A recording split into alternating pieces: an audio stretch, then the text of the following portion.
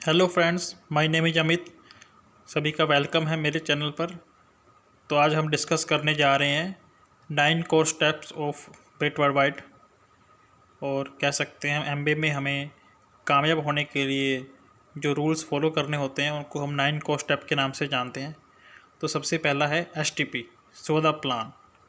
तो डेली हमें 1 से 2 प्लान दिखाने चाहिए। आजकल तो प्लान दिखाना बहुत सिंपल है, हम घर बैठकर भी दिखा सकते हैं ऑनलाइन, व्हाट्सएप पर, यूट्यूब पर, और अपने कह सकते हैं अपना जूम पर। बहुत से तरीके हैं प्लान दिखाने के। तो 1 से 2 प्लान कम से कम हमें दिखाने चाहिए। उसके बाद सेकंड जो स्टेप है हमारा, 100% यूज ओनली एमबे प्रोडक्ट्स। मत मीन्स जो भी प्रोडक्ट्स हमारे घर में यूज हो रहे हैं, अगर वो एमबे का आता है तो हमें वो ही यूज करना है।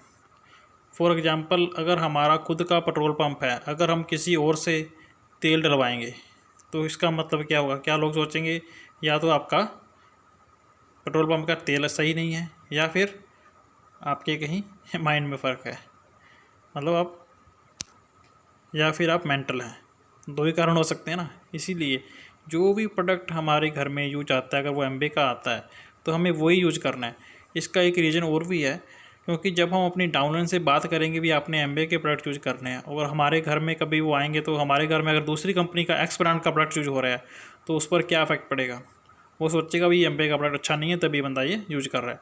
तो हमें अपने बिजनेस के प्रति वफादार रहना है और हमें 100% प्रोडक्ट यूज करने हैं। नेक्स्ट स्टेप है 15 से 20 कस्टमर। हमें अपने 15 से 20 कस्टमर बनाने हैं जो हमें हमारे घर से आकर खुद अपना सामान लेके जाएंगे, क्योंकि जितने ज़्यादा हमारे कस्टमर होंगे हमें उतना ही ज़्यादा प्रॉफिट है इस बिज़नेस में। तो हमें 15 से 20 कस्टमर बनाने हैं। 15 से 20 कस्टमर कैसे बनेंगे? अगर हम 30 से 40 प्रोडक्ट हमारे घर में एमबे के यूज हो रहे हैं, क्योंकि ये बिज़नेस प्रमोशन का है, सेल्स का नहीं है।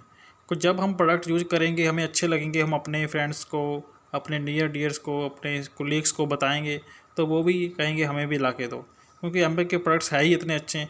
जब हम उसकी क्वालिटी किसी लोगों को बताते हैं तो वो भी कहता है यार मुझे भी ला के दो। जैसे फॉर एग्जांपल LOC है, अब इसे हम 8 से 10 काम एक प्रोडक्ट से कर सकते हैं। मार्केट में पूरे वर्ल्ड में ऐसा कोई प्रोडक्ट नहीं है जिससे आप एक प्रोडक्ट से 8 से 10 काम कर सकते हैं। जैसे LOC से आप बर्तन धो सकते हैं, कपड़े धो सकते हैं, फर्नीचर साफ़ कर सकते हैं, साफ़ सफाई के सभी काम कर सकते हैं, सब्जियां वगैरह भी धो सकते हैं इससे, शीशे साफ़ कर सकते हैं। ठीक है जी, फ़नैल का भी काम करता है ये। तो और भी इससे कई सारे और एग्जांपल मैंने बताया है, ये तो कई काम कर सकते हैं।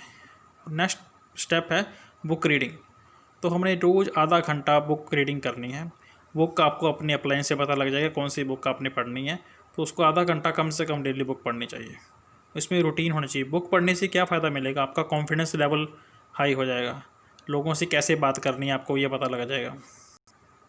आपको पता लग जाएगा कोई भी आपके जो सामने बिजनेस में क्वेश्चन आएंगे जब प्लान करते हैं उसके क्या उसका आंसर देने हैं, तो सभी की बुक पढ़ने से ही पता लगेगा। और नेक्स्ट जो स्टेप है CD लिसनिंग करनी है, या ऑडियो वीडियो अपने वॉच करनी है या लिसन करनी है। इससे भी आपका क्या होगा, कॉन्फिडेंस लेवल अचीव होगा, आपके क्वेश्चन हैंडलिंग सीख जाएंगे।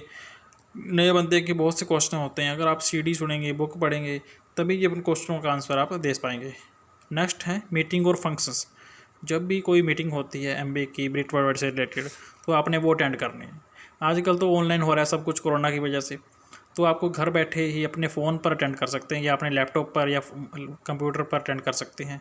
तो जो भी आपको अपने अप्लायंस से रिकमेंडेशन मिलती है मीटिंग के लिए, वो आपने अटेंड करनी है। ट्रेनिंग्स भी बहुत हो रही हैं आजकल प्रोडक्ट्स के एमबे की तरफ से, तो वो आपने सभी अटेंड करनी है। नेक्स्ट स्टेप है अकाउंटेबल।